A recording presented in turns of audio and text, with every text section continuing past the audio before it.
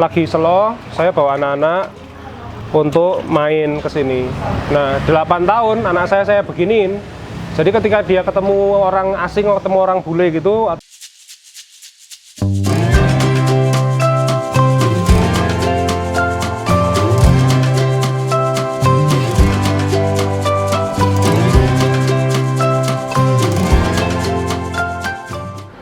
Halo, selamat siang teman-teman semua. Jadi hari ini minggu ini cukup sibuk ya di Cendela sama Sapulu.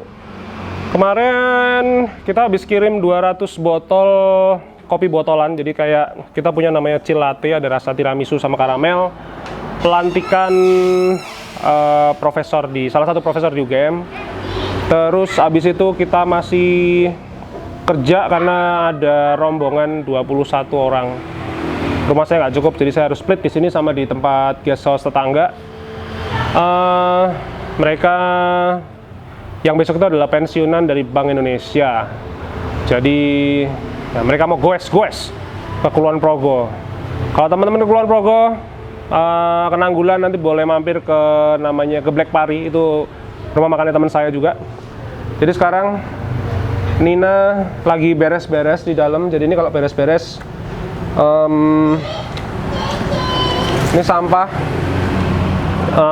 Saya sampai sekarang sih belum punya tempat pengolahan sampah. Terus kemudian ya ada beberapa peralatan untuk bersih-bersih. Kadang saya, kadang Nina, kadang kalau pas lagi nggak ada. Jadi ini jujur lagi rada repot, lagi rada susah kita karena kekurangan satu orang part-time barista. Jadi teman-teman kalau lihat vlog ini, teman-teman yang berminat untuk jadi part-time barista di Sapulu Coffee, ini Sapulu Coffee dari belakang. Di depan sebenarnya, ini teras rumah saya di depan. Nanti silahkan komentar di bawah atau menghubungi saya via email, emailnya ada di bawah. Challenging ya. Ya gimana ya, memang begini nih lah hidupnya. Itu ngapain sih ditutup, Pam? Oh, pakai AC. Oke. Nah ini, sekarang melati Belanda saya udah mekar nih. Kalau udah bulan-bulan Oktober gini, mau bulan November, ini mekar. Nah ini udah banyak banget. Ini namanya melati Belanda, teman-teman. Kalau siang sih nggak begitu, nggak begitu bau. Tapi kalau malam baunya enak banget. Gitulah. Kita coba. Saya mau tunjukin ya. Chill Latte-nya yang kemarin habis dipesan. Haki, kita masih punya Chill Latte nggak, Ki? Habis ya? Tinggal satu toh. Kamu masih mau produksi lagi nggak? Hari ini mau bikin? Oh iya. Yang satu boleh tak minum ya? Oke. Mau dong, Ki? Teman-teman, saya tunjukin ini Chill Latte. Jadi ini dulu dibikin sama mantan barista saya. Bagus banget. Jadi rasanya ada dua, tiramisu sama karamel. Hauce. Rasanya enak pol. Nah ini saya taruh sini biar teman-teman bisa sambil ngeliatin saya ngevlog. Terus kita sambil minum Chill Latte. Mari, selamat siang. Silahkan Mas. Oke. Jadi ini teman-teman, ini kemarin yang dipesenin 200 botol diproduksi bareng sama barista. Di sini ada Haki, ada Martini sama Tania. Rocky mau kesini? Ini gendong papam. Oke. Jadi kalau yang di sini, kalau misalnya house blend, saya selalu pakai 100% Arabica. Kemudian single origin jelas ada. Cuman kalau untuk kopi botolan begini saya pakai 50-50, jadi 50 Robusta, 50 Arabica. Kopinya enak. Ini saya punya roastery lokal namanya Anjiru. Anjiru itu dari kata-kata anjir sebenarnya. Yang punya namanya Mas Rangga sama Mbak Jennifer, orangnya sedeng banget, jadi bikin perusahaan namanya Anjiru. Pak tanyain, Anjiru itu apa, Mas? Anjiru itu adalah anjir sebenarnya, Mas. Wah, ini kita coba ya. Jadi kalau serve, kalau di kopi susu di Sapulu itu kalau serve gini caranya. Ini saya punya tempat saucer kayu, ini yang bikin orang Bantul nih, orang Imogiri. Terus gini. Nah, jadi ada es batu sama kopi susunya. Oke. Kita coba ya, bismillah ya. Wow. Kamu mau nggak? Mau, minum. Kopek. Cici mau. Oke. Ini salah satu best seller. Jadi ada 2 rasa tiramisu sama karamel. Mudah-mudahan besok bisa punya beberapa varian lagi. Cuman ya saat ini punya 2. Begitu. Kita coba lagi. Enak. Sebenarnya kalau misalnya nggak kepengen dingin-dingin banget, sebenarnya kayak gini juga udah enak sih. Soalnya kalau pakai es batu kadang-kadang jadi terlalu hambar. Walaupun sebenarnya masih sangat bisa ditolerir rasanya. Kayak gini lebih enak karena rasanya lebih bold. Oke, kita mau pakai ini. Oke nih.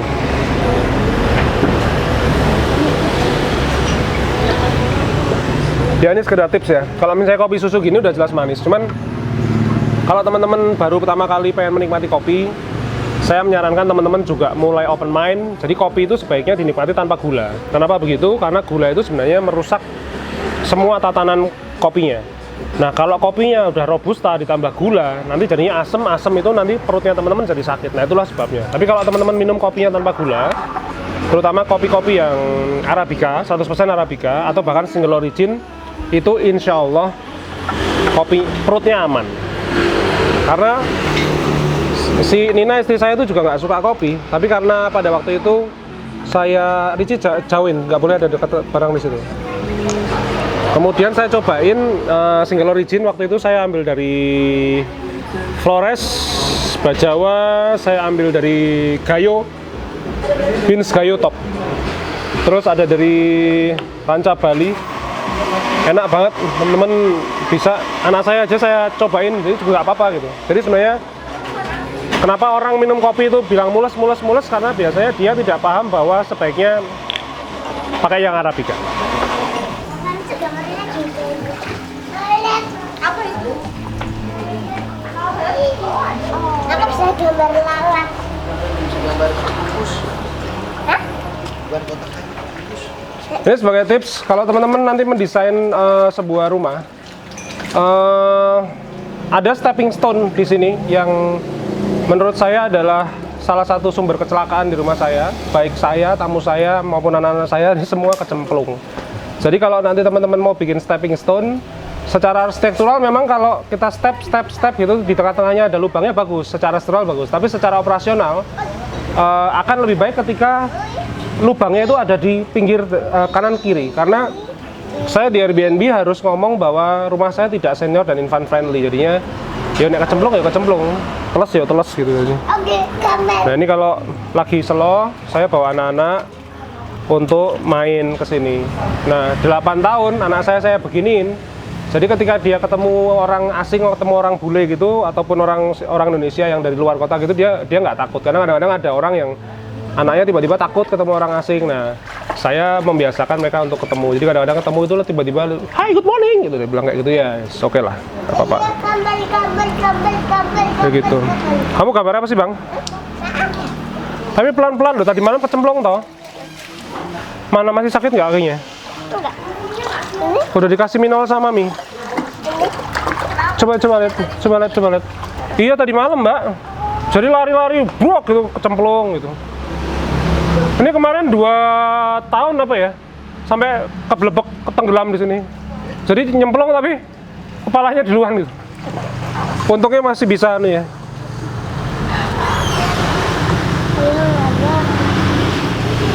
Gitu deh. Ya seru lah, jadi kerjaan jadi host tuh ya kayak begini. Saya suka punya satu kehidupan lain selain saya menjadi seorang fotografer, karena ya fotografer kerjaannya ya motret, ngevlog, bikin shutterstock misalnya gitu. Cuman adanya sini sayang, 1, 2, 3, adanya bisnis hospitality ini adalah membuat saya bisa ketemu dengan orang baru. Nah itu yang membuat saya networknya jadi banyak. Saya udah hampir 2000 tamu alhamdulillah selama 8 tahun. Oke. Hati-hati rok. Ci, sambil dipegangin. Sini, yuk, satu. Mau loncat sini. Ini loh. Umbelen. Sini loncat. Apa mau di sini sama Kak Ici? Ya, duduk sini, duduk sini. Oke. Cipak, cipuk, cipak, cipuk. Jadi Baik teman-teman, itu secuplik kegiatan saya nge-host di sini. Ya mudah-mudahan jadi inspirasi buat teman-teman semua. Kalau teman-teman butuh pertanyaan seputar bisnis Airbnb, kirim tulis komentar di bawah. Ya yang fotografi ya komentar di bawah juga nggak apa-apa gitu. Namanya juga satu channel ya. Cuman terima kasih sekali lagi supportnya, sudah 16.400 subscriber. Aduh, matur nuwun, terima kasih sekali. Mudah-mudahan bisa kasih manfaat buat teman-teman semua. Kita sama-sama bareng-bareng cari duit buat keluarga, buat anak istri, buat saudara, mertua, segala macam. Teman-teman yang kepengen tahu tentang dunia bisnis hospitality, gimana dulu saya memulainya dari tahun 2013, ada e-booknya Airbnb House, silahkan download di bawah. Insya Allah udah ada voucher code-nya, udah saya siapin di bawah, biar lebih terjangkau buat teman-teman semua membaca. Sekali lagi terima kasih, stay tune guys, subscribe di channel ini, kita ketemu di video berikutnya.